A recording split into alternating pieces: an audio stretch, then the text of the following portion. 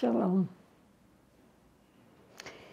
It's difficult really to know what words I can offer at this most traumatic time for your country when there is so much suffering, so much pain.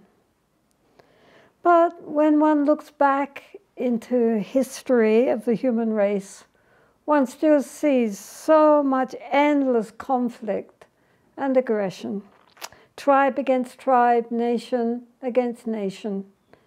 Even at the time of the Buddha, his own clan of the Shakyas was attacked and wiped out by a neighboring force.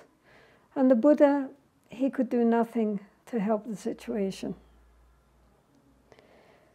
We never seem to gain any wisdom from our mistakes, but just repeat the same pattern of superiority and right by might complexes, so that the world creates this interdependent, interconnected karma of conflict and retaliation again and again.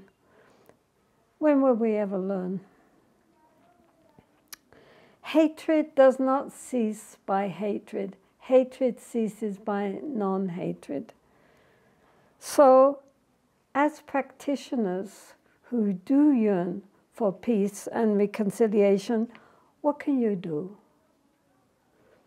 Nowadays, everyone is awash in a media ocean of biased propaganda which intensifies the sense of division and anxiety. Perhaps the main practice, therefore, is simply not to plug into that dark energy of hatred and paranoia that surrounds you.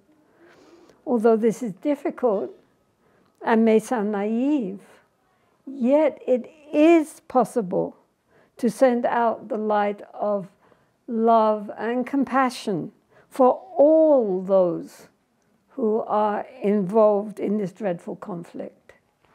Not to allow our hearts to contract.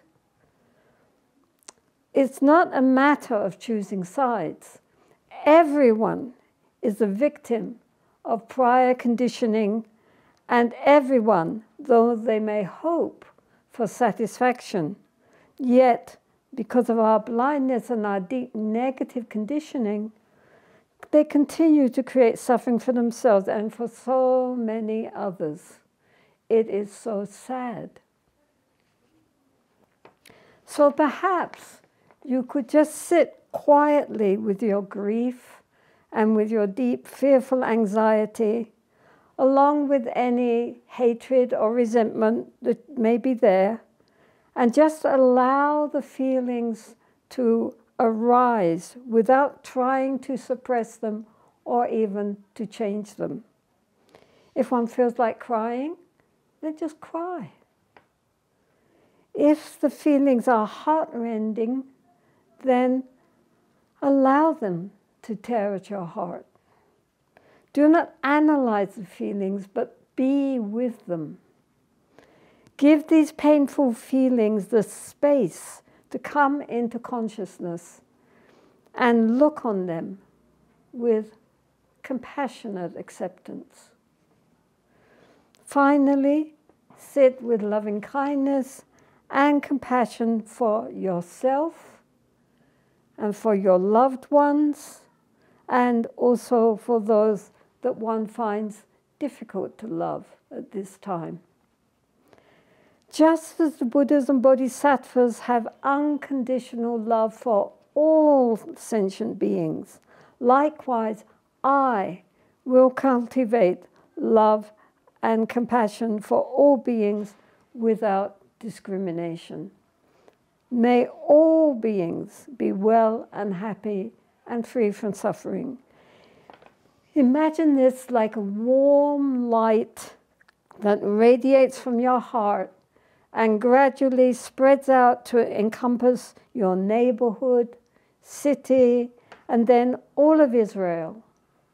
From Israel, the light of love and peace gradually reaches out to cover neighboring countries and eventually the whole globe, dispelling the darkness of hatred and paranoia, the psychic pollution of greed and aggression.